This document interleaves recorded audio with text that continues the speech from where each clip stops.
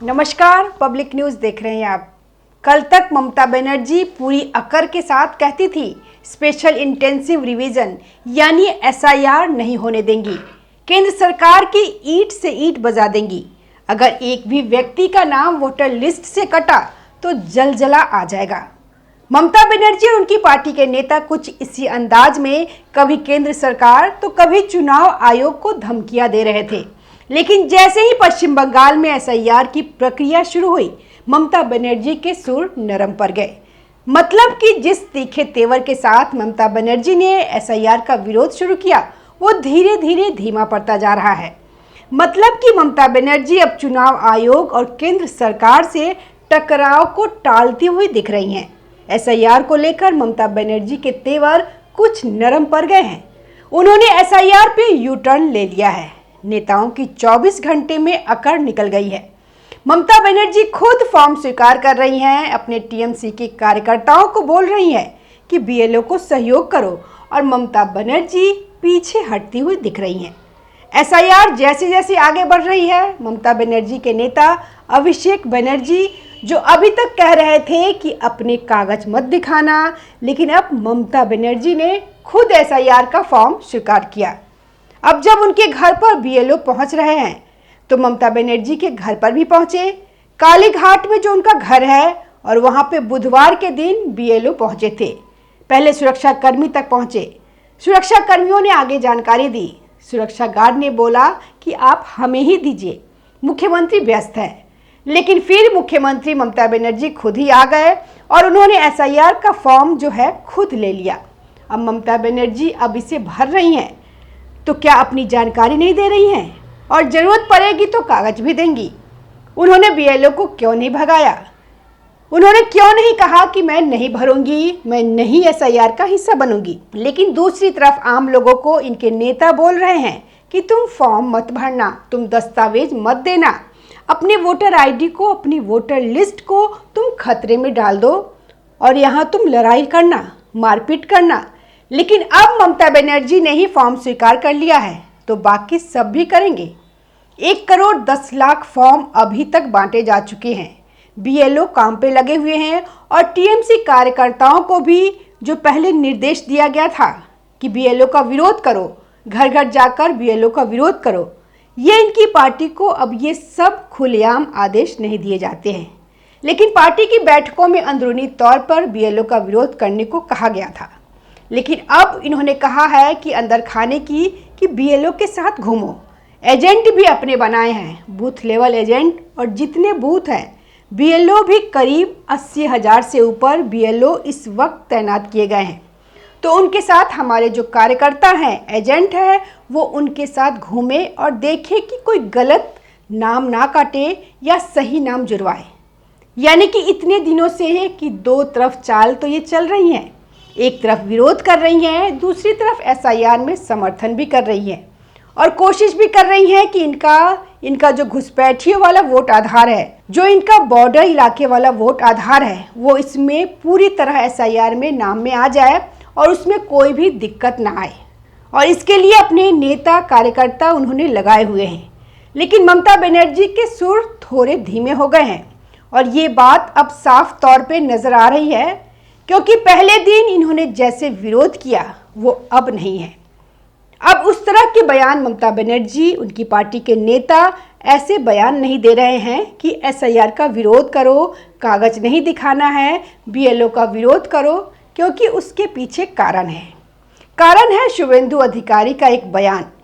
उन्होंने कहा था कि ममता बनर्जी की जो यह अराजकता है वो अनुच्छेद 356 का आधार बन रही है। अनुच्छेद 356 यानी राष्ट्रपति शासन। यहाँ पे अगर यही हालात बने रहे, राज्य ने चुनाव आयोग से सहयोग नहीं किया और इसी तरह से धमकियां दी जाती रही, तो फिर यहाँ पे राष्ट्रपति शासन लगाना पड़ सकता है। और इसका पर्याप्त आधार होगा कि केंद्र अपने हाथ में यहाँ की व्यवस्था ले ले। यह तो शुभेंदु अधिकारी ने कहा था, लेकिन ममता बनर्जी भी जानती है कि जब प्रशासन सहयोग नहीं करता, जब जो सरकार है वो ही अराजकता करने लगती है, तो फिर राष्ट्रपति शासन लग सकता है। अगर राष्ट्रपति शासन ना भी लगे तो भी सेंट्रल फोर्सेस भेजी जा सकती है। अगर बीएलओ को ज़्यादा खतरा है, राज्य की पुलिस से काम नहीं चल रहा है तो फिर सीआरपीएफ के जवान भेजे जाएंगे और सख्ती की जाएगी।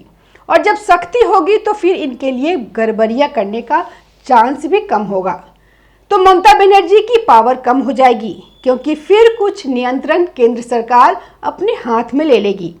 ममता बनर्जी यह बात जानती है, इसीलिए वो सीधे टकराव में नहीं आ रही है, विरोध कर रही हैं और अब इसीलिए चुप भी हो गई हैं कि एक सीमा तक अपना विरोध ले जाती हैं, उसके बाद चुप हो जाती हैं, उसके बाद सहयोग करने लगती हैं कि चुनाव आयोग, केंद्र सरकार इनको कहे कि हाँ प्रक्रिया तो चल रही है, अपनी राजनीति में विरोध कर रही हैं, लेकिन प्रक्रिया चल रही है। प्रक्रिया पर रोक लगेगा तो ममता बनर्जी की सत्ता पर रोक लग जाएगा, उनकी पावर पे रोक लग जाएगा। और यही वजह है कि अब उनकी पार्टी बैकफुट पर है, क्योंकि आप अगर बीएलओ को काम नहीं करने देंगे, चुनाव आयोग को काम नहीं करने देंगे तो मामला कोर्ट में भी जा सकता है, हाई कोर्ट में भी जा सकता है कि राज्य की सरकार चुनाव आयोग को सपोर्ट नहीं कर रही है। चुनाव आयोग को रोकना राज्य सरकार के दायरे से बाहर है। एसआईआर कराना चुनाव आयोग का संवैधानिक अधिकार है। वो एक संवैधानिक संस्था है जिसे कानूनी तौर पर सभी राज्य सरकारों को सहयोग करना ही होगा।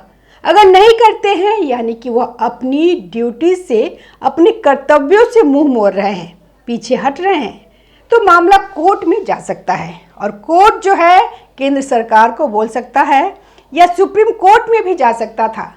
सुप्रीम कोर्ट में भी केंद्र सरकार को बोल सकती थी कि आप इस मैटर को देखिए, क्योंकि चुनाव आयोग और राज्य सरकार के बीच में झगड़ा हो गया है।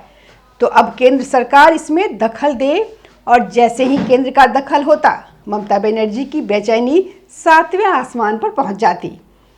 अभी तो वो अपनी सेटिंग करने में लगी हैं, अधिकारी बदल दिए, बीएलओ को यह पूरी तरह से अपने जो इनके बीएलओ है वो इन इलाकों में लगा दिए जहां पर इन्हें यह शक है कि जो इनके पास दस्तावेज ठीक से नहीं है, जो यहाँ पर अभी नकली दस्तावेज बनाकर बैठे हुए हैं, जल्दबाजी में दस्तावेज बनाकर बैठे हुए हैं, तो उनकी मदद होती रहे, उनके नाम चढ़वाए जाए। ममता बनर्जी उन इलाकों में पूरी ताकत झोंक रही हैं कि उनका घुसपैठिया वोट, इनका अतुष्टिकरण वोट जो है वो पूरी तरह से इनके पक्ष में रहे और उसका नाम वोटर आईडी में आए। हालांकि चुनाव आयोग ने सावधानियां बरती हैं और जैसे कि बीजेपी की तरफ से भी चुनाव आयोग को यह बताया गया था कि जन्म प्रमाण पत्र, जाति प्रमाण पत्र, खास करके ओबीसी ए कैटेगरी जो मुसलमानों में बांटे गए हैं, ये प्रमाण पत्र और उसके अलावा फॉरेस्ट राइट सर्टिफिकेट, वन अधिकार प्रमाण पत्र, ये सब आनन फानन में हाल के समय में बांटे गए हैं, बहुत बड़ी संख्या में बांटे गए हैं। तो अब अगर कोई यह दस्तावेज जमा करता है तो उसकी खास तौर पर जांच की जाए। और चुनाव आयोग भी जानता है कि कैसे पश्चिम बंगाल में धड़ल्ले से ये सब प्रमाण पत्र बनते हैं, दस्तावेज बनते हैं। एक गांव तो ऐसा है जिसे पश्चिम बंगाल में जन्म प्रमाण पत्र की राजधानी कहा जाता है, क्योंकि इस गांव के नाम पे सबसे ज़्यादा जो है झूठे जन्म प्रमाण पत्र जारी हुए। इसी गांव का एड्रेस है, इसी गांव के बताए गए हैं कि ये यहाँ के रहने वाले हैं, यही घर है, वही पंचायत है और यहाँ से सबसे ज़्यादा फर्जी जन्म प्रमाण पत्र बने हैं। तो यह स्थिति है पश्चिम बंगाल में। इसीलिए एसआईआर में सख्ती बरती है चुनाव आयोग ने और उसको एक विशेष केस मानने के लिए रिक्वेस्ट की गई है। और पश्चिम बंगाल में गड़बड़ियाँ कितनी हैं वो इस बात से भी अंदाज लगता है कि जो 2002 की कट ऑफ है कि 2002 में जिसका नाम है या जिसके माता पिता का नाम है उसे सिर्फ एसआईआर का फॉर्म भरना होगा, उसे दस्तावेज नहीं देने होंगे। लेकिन उसमें सिर्फ 32% नाम निकले हैं, 32 से 35% तक के जो नाम निकले हैं, जबकि अब लगभग लगा लीजिए कि 70% की तो जांच करनी ही करनी है। अगर ओवरऑल संख्या के हिसाब से बात करें तो कुल मतदाता है 7.66 करोड़ और इसमें जो निकले हैं 8.55 करोड़ 2002 की लिस्ट में, वो है 2.46 करोड़।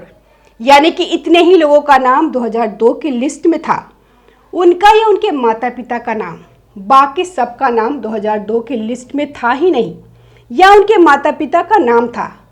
आप खुद ही सोचिए कि 7 करोड़ से ज़्यादा मतदाता है और करीब 2.5 करोड़ ही 2002 के लिस्ट में थे और बाकी के बचे हुए 5 करोड़ जो है वो 2002 से 2025 तक आए हैं। अब पीछे के मुकाबले यानी कि बहुत ज़्यादा नए वोटर जोड़े गए हैं जिनका पिछली लिस्ट से कोई मतलब ही नहीं है, जिनके परिवार का भारत से मतलब नहीं है। अब इन्हीं लोगों को डर लग रहा है कि हम यहाँ से भगा ना दिया जाए, क्योंकि वोटर लिस्ट में नाम आना तो मुश्किल होगा। इसीलिए आनन फानन में कई नकली दस्तावेज जारी किए गए हैं कि इन दस्तावेजों के आधार पर इस बार किसी तरह नाम चढ़वा ले। तो घुसपैठियों से अगर निपटना है तो फिर पश्चिम बंगाल में ऐसी सरकार चाहिए जो घुसपैठियों को संरक्षण ना दे और उनके कागज ना बनवाए।